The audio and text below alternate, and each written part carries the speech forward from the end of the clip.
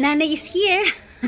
Hello guys. So ayun, nandito kami sa aming rooftop ngayon. Matagal-tagal na kaming hindi nakakaakyat.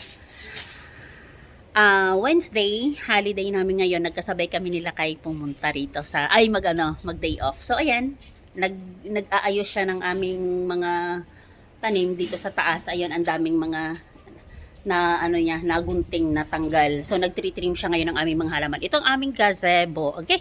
Talagang siya against the light siya, guys. Ito yung aming gazebo dito. Ayan.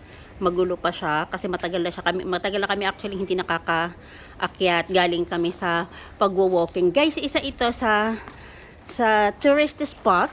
Ayan, doon sa taas. Ayan. 'Yun ang yung bunkers na malapit lang to sa amin, walking distance lang ito. So ito ang aming background ngayon. Tapos na kami mag-walking 1 hour and 15 minutes.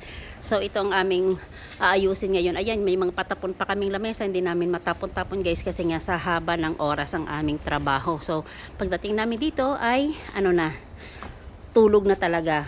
So ewan ko ito ang aming trastero. Ano bang trastero? Stock room. Ayan. Ayan, so itingnan mo, guys, ang aking lemon, green na green, ang daming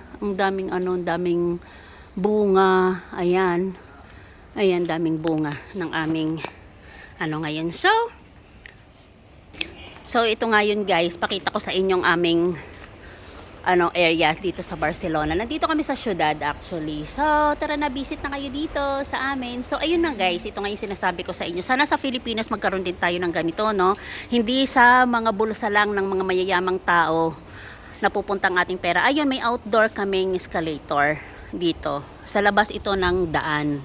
Ito nga ayan, nakita nyo kay Lola. Ayun si Lola. Yun ang gamit ng aming tax dito, guys. Dito napupunta, dito namin nakikita ang mga taxes namin dito.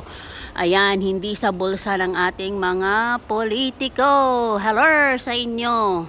Por favor.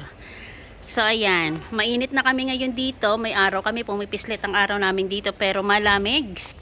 So that's it. Salamat. Ayun si aking lakay nag-aayos siya ng mga halaman namin dito. Green na green ng aming halaman. So that's it. Thank you for watching. Bye-bye.